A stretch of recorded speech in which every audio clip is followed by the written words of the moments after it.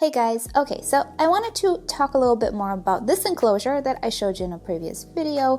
This is one of those decorative plexiglass cases, I guess, where nowadays you can find those eternal roses. They're very trendy in my area. Well, in this particular case, what I did was I drilled a few holes for aeration in the back and sides, left the front be just for aesthetic reasons, and I put a tiny little orchid here, which is very special to me. I'm gonna tell you about it, don't worry. But the point was to just protect it a little bit more from pests. It's not a full protection, but it does work, trust me. It's like 90% shielded right now. It works beautifully. But what I didn't expect was to have quite a great humidity inside. Can I make this focus? There, let's do this manually.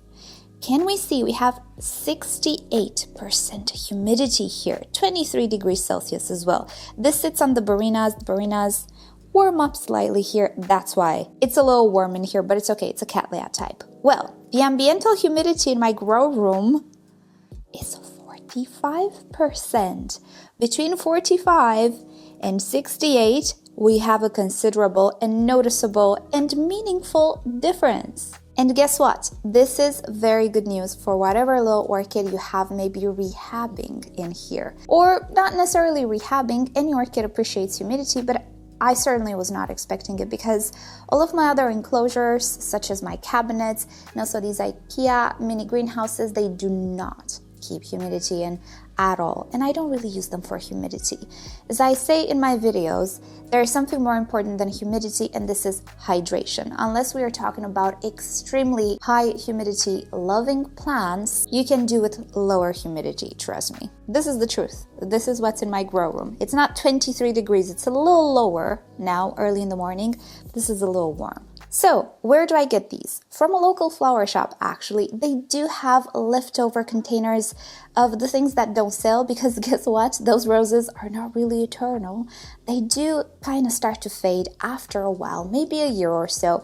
These are leftovers. They use them for other arrangements and other beautiful things. But if you have a friendly relationship with a flower shop, ask if they're willing to sell something like this to you because I managed to buy a few of these, and this is how it looks like. So this is the little stand or little leg where the roses or the flowers come in. They're cut flowers. I also use these as razors in one of my cabinets, I think right here.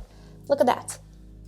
That is the razor from the other container. You can use them like this without holes and they will retain a lot of humidity, but it might be too much. Depending on your environment, maybe that's not what you need. And also you would have to lift this up pretty frequently to let the orchid have access to air and CO2 and all the good stuff that the air contains. Whereas with a few holes, you don't have to do that. And trust me, you think you will be able to lift it off every 2 days at least, but you won't. Life will get in the way. So a few holes is what you need. Now, these holes, some of them don't look right because they're not drilled with my soldering iron. This is thick plexiglass. The plastic itself is very flexible or elastic.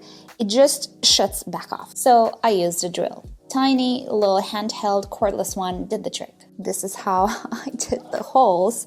I don't know if you need as many aeration vents as I put, but even with all of these on the sides, humidity is great in here. And since I told you I'm gonna tell you what this orchid is, it's an orchid I just received from a lovely person.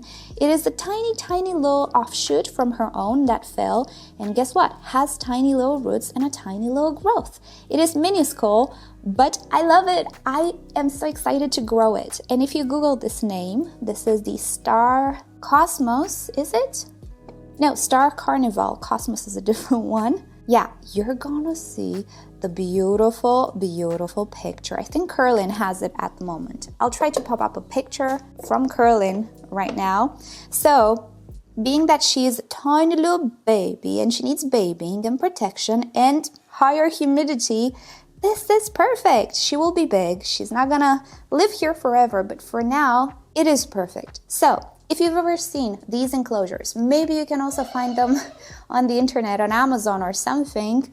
Totally works out as a humidity chamber, which I cannot say for the IKEA little greenhouse or all of these cabinets without withering. This one, no, does not need anything else. Very excited for my finding. So yeah, that's about it. That's what I wanted to show you. Thank you for watching. Have a great day. Bye.